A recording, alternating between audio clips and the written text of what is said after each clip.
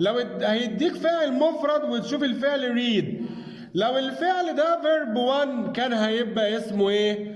ريدز. انما الفعل ده تصريف تاني. ايه عرفني ان هو تصريف تاني؟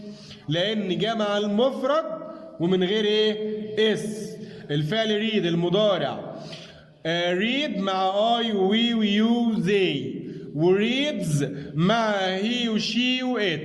بص الفعل اللي هو مديهولك هنا هتلاقيه هي مفرد، والفعل ريد يبقى ما ينفعش الفعل ده يكون تصريف اول، يبقى اذا الفعل ده تصريف ايه؟ تصريف تاني، لان التصريف التاني ريد بيجي مع اي ووي ويو وزي ومع هي وشي وات. اذا الجمله ديت الحاله الثانيه، لان هنا ريد جاي مع الفعل هي وما خدش اس، يبقى ريد هنا تصريف ايه؟ تاني. يبقى المساله دي حلها would not make